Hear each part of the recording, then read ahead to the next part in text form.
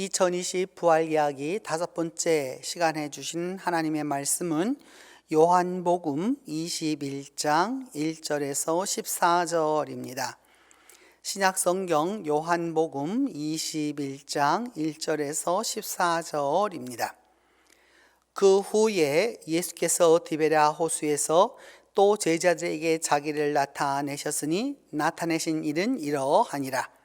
시몬 베드로와 디드모라 하는 도마와 갈릴리 가나 사람 나다나엘과 세베대의 아들들과 또 다른 제자들이 함께 있더니 시몬 베드로가 나는 물고기 잡으러 가노라 하니 그들이 우리도 함께 가겠다 하고 나가서 배에 올랐으나 그날 밤에 아무것도 잡지 못하였더니 날이 새어 갈 때에 예수께서 바닷가에 서셨으나 제자들이 예수인 줄 알지 못하는지라.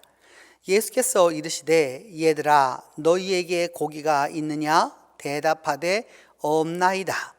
이르시되 그물을 배 오른편에 던지라 그리하면 잡으리라 하시니 이에 던졌더니 물고기가 많아 그물을 들 수 없더라.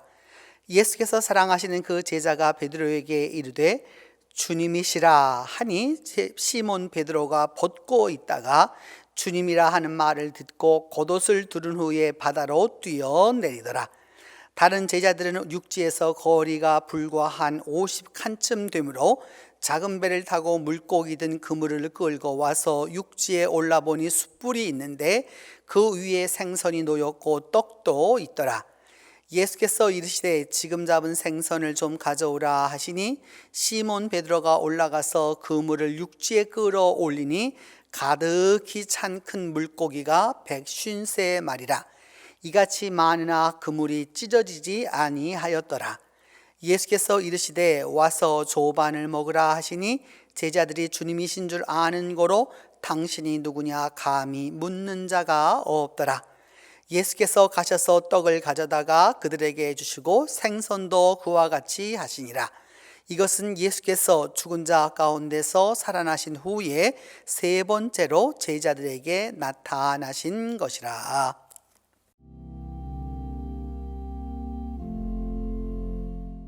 부활 이야기 5번째 말씀 제목은 실패 아름다운 디딤돌입니다.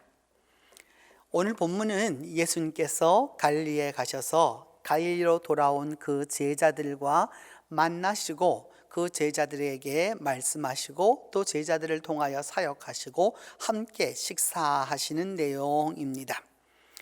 예수님께서 이 제자들 몇몇 베드로 또 도마 또 갈릴리 사람 나다나엘 세베대의 아들들 그리고 다른 제자들 그러니까 전부 제자가 다 모인 것은 아니었습니다. 왜냐하면 제자들이 이미 흩어졌기 때문이죠.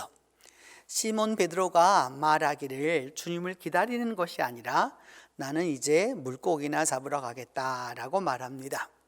본래 자기의 일을 하겠다라고 하는 것이죠. 주님께서 갈릴리에서 만나자고 지난 시간에 다 우리가 배운 바대로 그렇게 주님이 약속하셨지만 부활의 첫 장면에서도 약속하셨지만 막상 그 갈릴리에 도착한 제자들은 주님을 기다리기보다 옛 일로 돌아갔습니다. 그러자 나머지 제자들도 말하기를 우리도 다 함께 하겠다라고 배에 올라갔습니다. 그들은 직업이 어부였습니다. 마태를 빼놓고는 어부였었는데 그 어부였던 그들이 그날 밤에 아무것도 잡지 못하였다라고 성경은 말씀하고 있습니다. 그들은 고기 잡는 데 전문가입니다. 그리고 그 물고기를 수확하는데 또 전문가이고 갈릴리 지역 출신이었기 때문에 어느 곳에서 물고기가 잘 잡히는지도 잘 알고 있는 사람들입니다. 그럼에도 불구하고 밤이 새도록 노력하고 공을 들였지만 물고기를 잡을 수 없었습니다. 아무 수확도 얻지 못했습니다. 열심을 다해서 자신들의 일을 하였지만 그 성과를 얻지 못했습니다.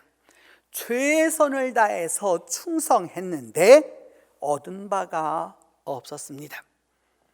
이것이 주님의 약속을 믿지 듣지 아니하고 주님의 인도함 없이 가는 인생의 현실입니다. 십자가가 마지막이라고 제자들은 생각했지만 십자가는 부활의 출발점이었습니다.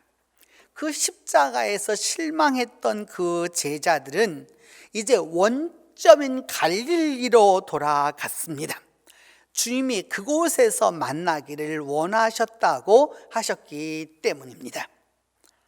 주님을 버렸고 도망했고 부인했던 그 모든 것을 다 용서하시고 새롭게 회복시키셔서 이제 다시 부르시기 위해서 갈릴리로 가셨던 것입니다. 요한복음 21장 4절로 6절은 말하기를 날이 새어 갈 때에 밤새도록 고기를 잡으려고 노력했던 그들은 힘들고 지쳤었을 때, 날이 새어 갈 때쯤 예수님께서 바닷가에 서셨지만 제자들은 예수님인 줄 알지 못했습니다. 여러분, 자기와 3년을 같이 한 분입니다. 3년을 같이 먹고 자고 가르침을 받았고 말씀을 들었고 그분하고 함께 생활했던 그분이었는데, 그분이 약속하신 장소에 막상 나타났음에도 불구하고 그들은 예수님을 알지 못했습니다. 그래서 예수님이 먼저 이렇게 말씀하셨습니다. 얘들아, 너희에게 고기가 있느냐? 말씀 음성이 들려옵니다. 다른 사람의 음성이 아니라 주님의 음성입니다. 그런데 그 답변이 참 재밌습니다. 대답하되 없나이다. 어느 제자 하나도 그분이 주님인지를 알지 못했다는 뜻입니다. 그러자 예수님이 그물을 배 오른편에 던져라 라고 말씀합니다. 그러면 잡으리라 하시니 이렇게 말씀하셨습니다. 지금 밤새도록 고기를 잡으려고 노력을 했습니다. 자기들이 알고 있는 바 최선을 다했습니다. 그러나 그들은 아무것도 얻은 수확도 없었고 아무것도 잡은 것도 없었고 이익도 유익도 없었습니다. 그런데 자신들이 알지 못하는 어떤 분이 오른편에다가 그물을 던지면 많이 잡을 거라라고 말씀합니다. 여러분이라면 어떻게 하시겠습니까? 성경은 이렇게 말씀합니다. 이에 던졌더니 물고기가 많아 그물을 들 수 없더라 라고 말씀하고 있습니다. 제자들이 다른 거는 모르겠는데 그렇게 말씀하시자 그 말씀대로 순종했다는 사실입니다. 이에 던졌더니 어떻게 되었느냐? 그 그물에 물고기를 많이 잡게 되어서 그물을 들 수 없을 지경이었다라고 성경은 말씀하고 있습니다. 예수님께서 당시에 어떤 배를 그 제자들이 타고 있었는지 우리는 정확히 알지는 못합니다. 그렇지만 1990년대쯤에 소위 이 갈릴리에 가뭄이 들므로써 그 이 갈릴리 호수가 다 말랐습니다. 그래서 그 갈릴리 바다 속에 그 뻘 속에서 배가 발굴되었습니다. 그것을 우리는 지저스 보트라고 말하는데, 그것이 바로 예수님 그 연도로 보면 주 30년대에 있었던 배입니다. 여러분들이 지금 슬라이드에서 보시는 그런 배인데, 그래서 이후에 고고학자들은 이것을 지저스 보트라 이렇게 이야기했던 그 이름을 지어놓은 그러한 배입니다. 그러니까 이런 배를 속에서 제자들이 그 고기를 잡았고 그 그물을 들 수 없을 정도가 되었습니다. 주님은 우리에게 물어봅니다. 너희에게 고기가 있느냐? 너희에게 고기가 있느냐? 주님이 우리에게 부활하셔서 오시겠다라고 말씀하셨던 나의 그 갈릴리에서 막상 내가 주님을 기다리지 못하고 내가 다른 일을, 나의 그 옛 일을 하고 있었을 때, 고기잡이를 하고 있었을 때 너희에게 고기가 있느냐? 주님은 제자들에게 물으셨습니다. 우리들의 한계와 부족함과 모자람을 우리가 믿음 안에서 먼저 파악해야 합니다. 주님은 그래서 없습니다라고 말하는 제자들에게 그물을 배 오른편에 던지라고 말씀합니다. 여기에서 보면 여러분, 제자들이 그 앞에 행동을 보게 되면 주님의 말씀도 믿지 않았고 갈릴리에 오시는 것도 오기는 하였지만은 막상 주님을 기다리지는 못하는 바로 그렇게 성급하고 어리석은 면이 많은 사람들이었는데 그들은 순종의 사람이었다는 것입니다. 그 점 하나가 달라진 것입니다. 여러분, 그물을 오른편에 던져라. 그래서 던졌더니, 이에 던졌더니, 이 말씀이 중요합니다. 순종하는 자에게 성공이 오고 순종하는 이에게 축복이 임합니다. 주님의 말씀을 듣는 그것이 바로 성공을 위한 길이고, 주님의 음성에 순종하는 것이 진정으로 우리에게 만족을 얻게 하는 것입니다. 그래서 베드로전서 5장 5절에서 베드로 사도는 이렇게 말씀하고 있습니다. 젊은 자들아, 이와 같이 장로들에게 순종하고 다 서로 겸손으로 허리를 동이라. 하나님은 겸손한 자들에게 은혜를 주시느니라 라고 말씀하고 있습니다. 또한 순종에 대해서 여러분이 아주 잘 알고 계시는 사무엘상 15장 12절에 보면 순종이 제사보다 낫고 듣는 것이 숫양의 기름보다 더 낫다라고 하는 그 사무엘 그 선지자의 이야기를 우리가 기억할 수 있습니다. 여러분, 순종이 중요합니다. 내 스스로 마음에서 우러나서 하는 그 일이 순종입니다. 고린도전서 16장 16절은 말하기를 우리가 함께 일하는 모든 사람들에게 순종하라 라고 말씀하고 있습니다. 다른 사람들이, 내가 같이 일하는 그들이 그것에 대하여 이야기할 때 반대하지 말고 순종하라 라고 말합니다. 심지어 베드로전서 2장 18절은 말하기를 주인들에게 순종하되 선하고 아주 참 인자한 주인들에게 뿐만 아니라 까다로운 주인들에게도 그리하라. 까다로운 주인들에게도 순종하라 라고 말씀하고 있습니다.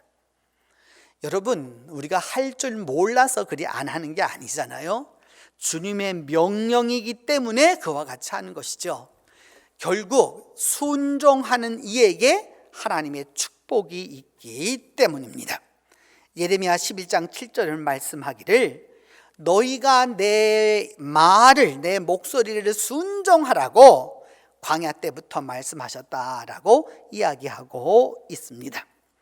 이렇게 제자들은 순종해서 고기를 많이 잡았습니다. 21장 7절로 11절은 말하기를 그때 예수님이 사랑하는 제자 곧 요한이 베드로에게 이야기해 줍니다. 주님이시라, 예수님이시라고 말하자 베드로가 벌떡 일어나서 옷을 벗고 있었다가 겉옷을 두른 후에 바다로 뛰어내립니다.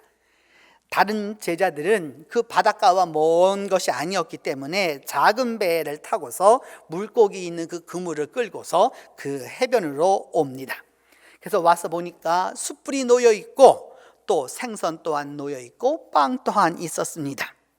그래서 예수께서 말씀하시기를 지금 잡은 생선을 좀 가져오너라 라고 하시니까 시몬 베드로가 올라가서 그 그물을 다 육지로 끌어 올렸는데 그 가득 찬 물고기가 153마리였다 라고 말하고 그 153마리가 들어있는 그물이 찢어지지 아니하였다 라고 말씀하고 있습니다. 지금 여러분들이 보고 계시는 슬라이드에 보면 그 윗편 그림은 바로 그 예수님이 갈릴리 바다에서 말씀하실 때에 그 내려오게 되는 그 베드로의 모습을 그려놓은 바로 라파엘의 그림이고, 그 밑에 그림은 바로 이제 그 주님의 말씀을 듣자마자 바다로 뛰어내리려고 하는 베드로의 모습을 아주 잘 보여주고 있습니다. 요한복음은 특별히 이곳에서 그 물고기가 153마리였다라고 말하고 있습니다. 153마리, 왜 153마리였을까요? 우린 이것에 대하여서 신학적으로 여러 가지 해석을 할 수 있지만 이렇게 먼저 교부들은 해석했습니다. 창세기에 보면 여호와라고 하는, 하나님이라고 하는, 여호와라고 하는 이 말씀이 몇 번 나타나느냐? 153번 나타납니다. 이것을 교부 어거스틴은 하나님의 은총인 성령의 7가지 열매와 율법인 그 10계명이 17번째 삼각형을 이렇게 이루어 올라갔었을 때 맨 위에가 몇 번이었느냐? 153번이었다라고 이렇게 말씀하고 있습니다. 성령의 7가지 열매와 그 율법의 완성이 바로 153이라고 하는 것이었죠. 에스겔 47장 10절은 말하기를 성전에서부터 흘러내려오는 물이 어디까지 흘러갔느냐? 에네글라임까지 흘러갔다라고 말하고 있습니다. 히브리 말로 이 에네글라임이라고 하는 이 문자적 의미도 있지만 여기에 숫자적 의미는 153입니다. 성전에서 새롭게 나오는 그 물들이 세상 끝까지 갔다라고 하는 것을 보여주는 것입니다. 이 153이라고 하는 것을 그래서 예술가들과 또 여러 믿음의 선배들은 이처럼 여러분이 보시는 그 슬라이드에 나와 있는 대로 그 고기를 잡는 기쁨과 은혜를 잘 묘사하고 있습니다.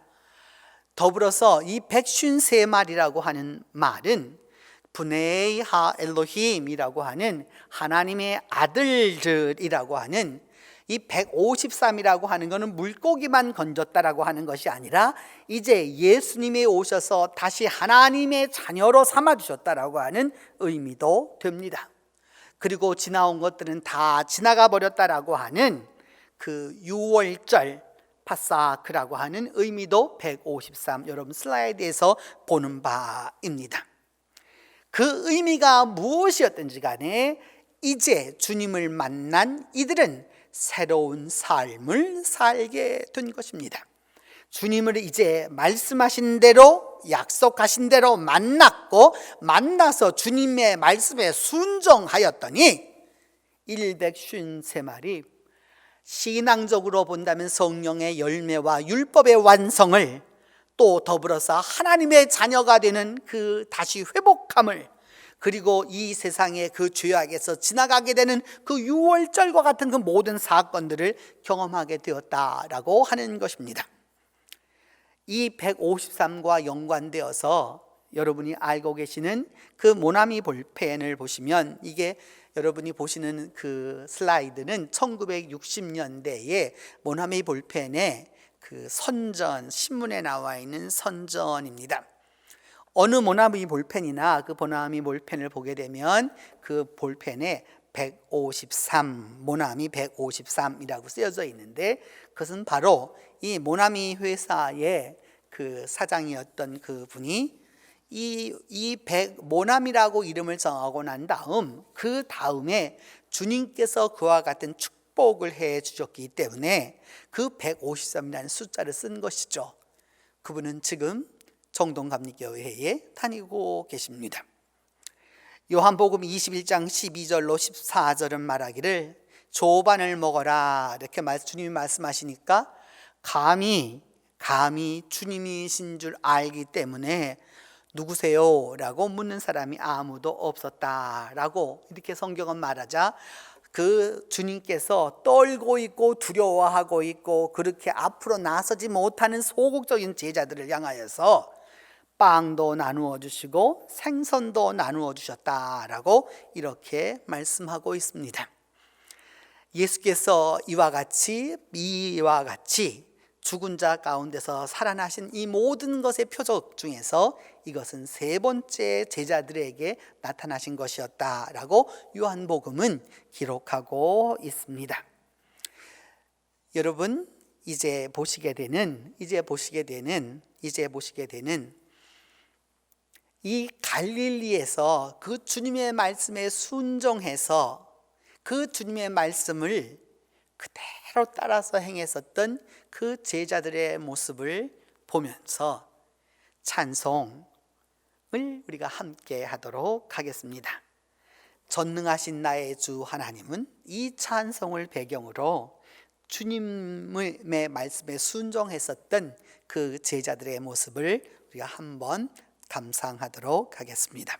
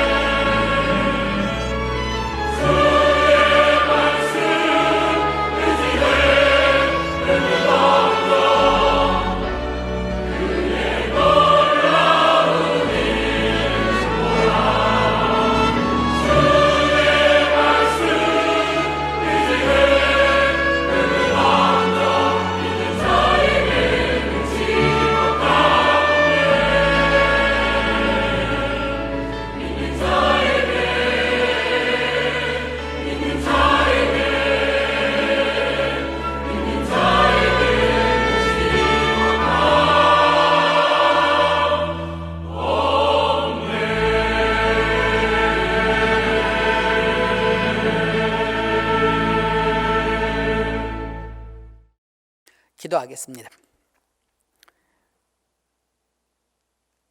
사랑하는 주님, 갈릴리에 오셔서 말씀하셔도 알아보지 못하는 제자들에게 오른편에 던져 그 그물에 가득 고기가 들도록 축복해 주시고 다시 빵을 나눠주시며 생선을 나눠주신 그 주님의 회복하심을 우리가 기억합니다.